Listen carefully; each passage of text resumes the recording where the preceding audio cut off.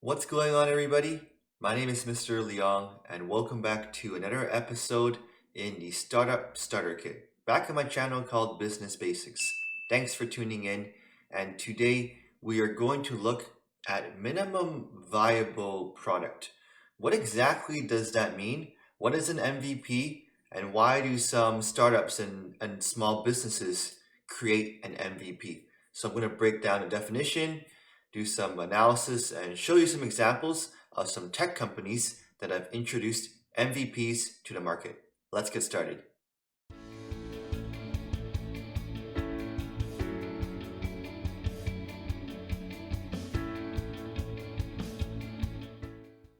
All right, thanks for tuning in.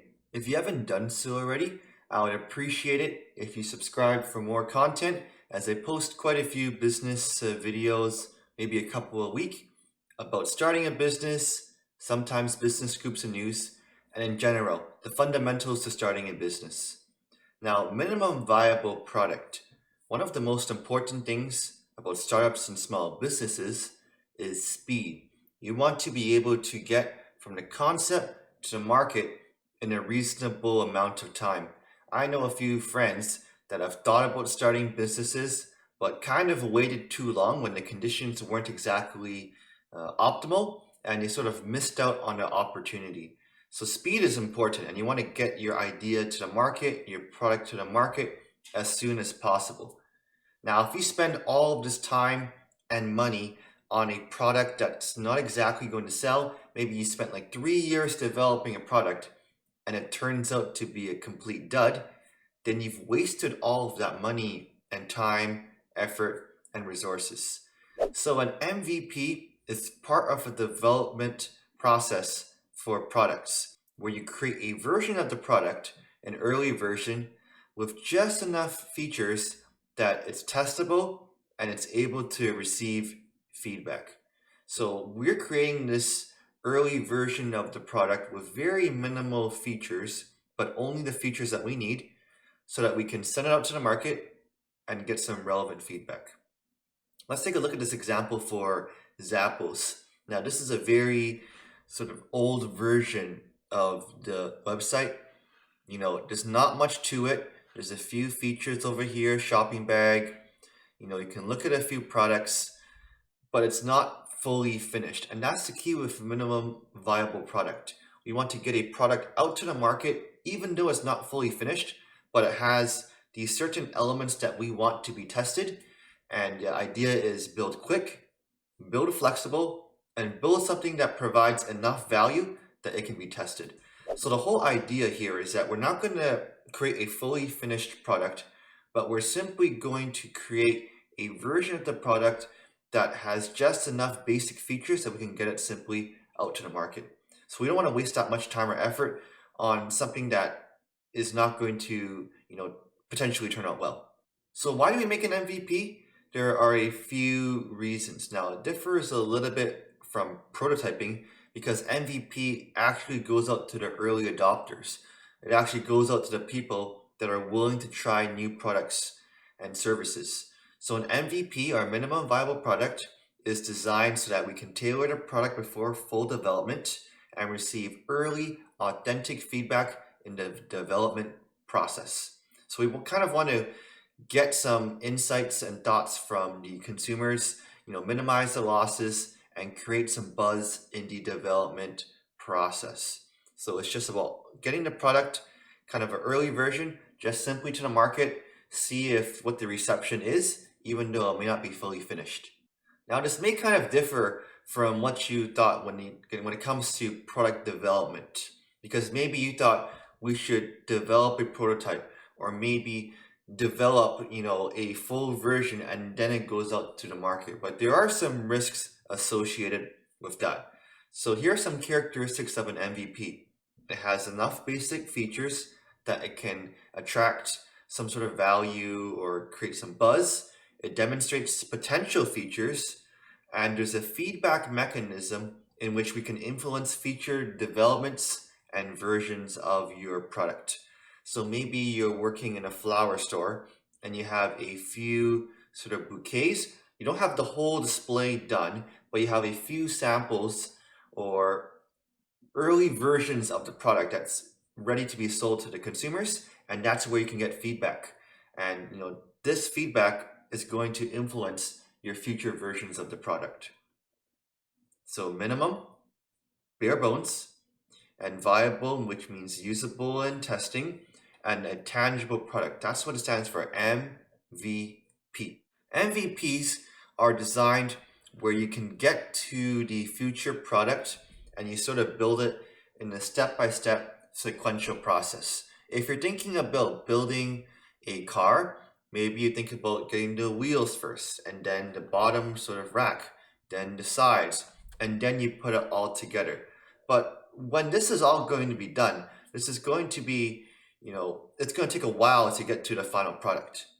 So here's how we build a minimum viable product. We're going to get the wheels and some side doors done, a basic version of the product. Then we're going to add a back to it. And then we're going to add, the hoods and then the roofs, and then we're going to put it all together. So notice that we kind of get a brief version of the car, and then we're going to add all of these features to get to the final product. We're not going to build a product and substitute it for another product. Sometimes you may see these images on the internet, and that's not really minimum viable product. Minimum viable product is designed so that you can consistently add new features, but you're building a baseline early version of the product. We don't want to be creating a version of a product and then substituting it and creating a whole new different version for a different purpose. So sometimes you may see these images on the internet, and it's not exactly what MVP is, but to build a minimum viable product, you need to think about an early version of the product, speed, get it to the market, and get some sort of feedback based on that early model. Here's another example of what MVP can look like. Many times, early sort of developers in a small business or startup may think, okay, I'm going to create a product, and it's in 4 stages. Think about functionality, then reliable, then usable, and then the customer sort of experience. And then we send it up to the market. But an MVP thinks about, okay, how do we get the fastest product to the market where I have a little bit of each, and that way, when I test out the product, there's a little bit of each in terms of functionality, reliability, usefulness, and then I can fully fledge out the product. I can develop the product as I get to the later stages based on consumer feedback.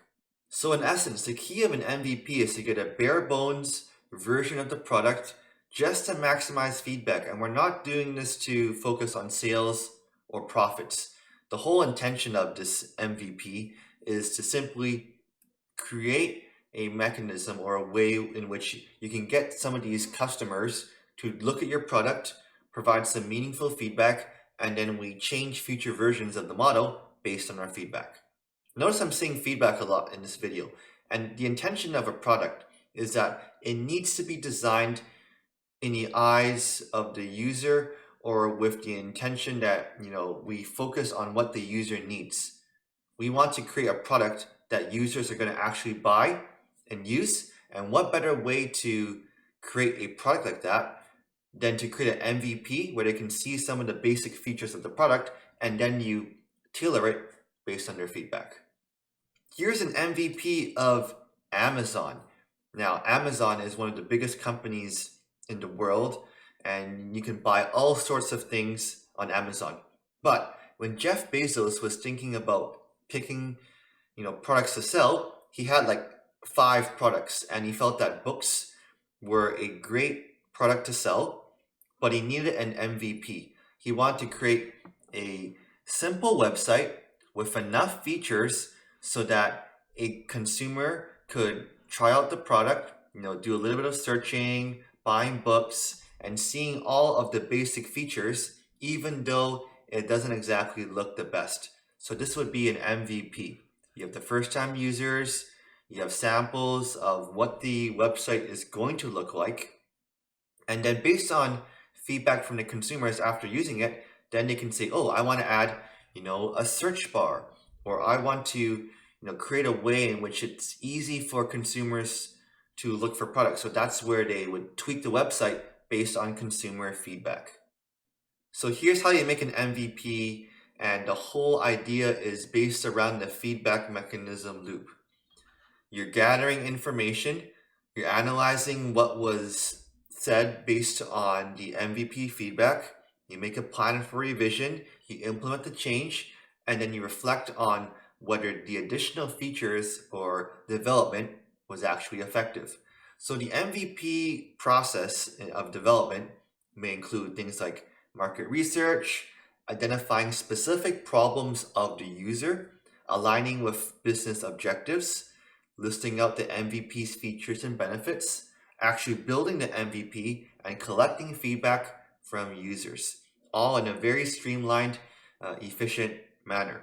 But all of this is kind of going back to the consumer. What products do they want to buy? What features are they looking for? And how do we get a simple version of the product to these individuals or the target market so that they can let you know how the product can be improved? Now, there are some potential pitfalls when it comes to creating MVPs, namely imitation, perception of quality, and not creating the MVP correctly or properly. Imitation is a significant issue. Maybe you send your MVP out to the market, and then all of a sudden your competitors see that there's some interest, there's some buzz, maybe some consumers like it. So they create a copy and they send that version of the product to the market. So all of a sudden you're competing with your competitors, even though you were the first one to introduce it to the market. Imitation is the issue, and maybe they have these extra resources where they can create a better version of the product, or they have economies of scale. So that's something to watch out for when you introduce MVPs to the market. Second, there is this perception of poor quality, in that maybe you create an MVP and it's bare bones, it's rudimentary, it's very basic, and then your consumers see it, they use it, and they think it's a poor quality product. Remember those Amazon and Zappos examples? Those websites weren't exactly the most appealing or easy to use. Over time, they've managed to fine-tune and tweak the website and business model based on consumer feedback. But initially, there can be some poor sort of perception of quality and poor reception from your consumers. And finally, when you create MVPs, if they're poorly defined, maybe you don't make it properly, it could have a negative sort of impact or implications for your business. Also, some industries, you can't make an MVP. It's just simply not realistic. Maybe, for example, you are working in the sciences field where you create life-saving drugs. You probably don't want to do an MVP. You want to properly test it. You want to make sure that it's actually a safe drug. But if you send out an MVP of a drug or maybe some medicine and it's not properly tested, you could make some individuals really sick. But in general, if you are a small business and you want to test out the markets and you want to validate some of your ideas or assumptions, it's a great idea to create a bare bones version of an MVP. Just take into account some potential pitfalls that may arise.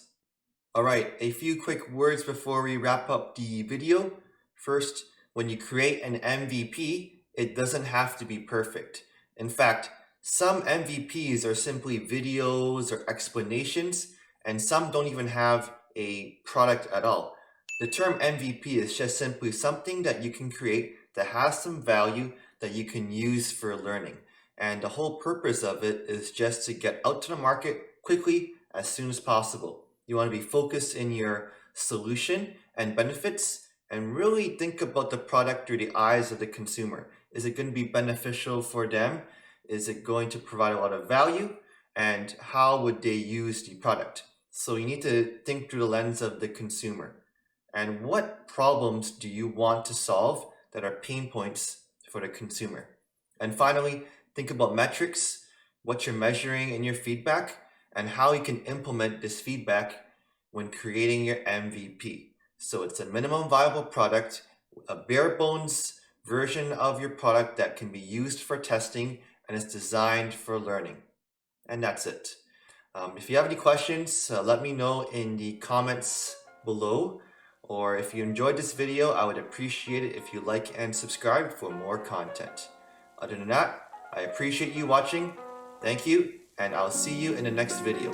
I'll probably be doing some more videos on production, quality, and probably prototyping. Alright? See you later, and bye-bye.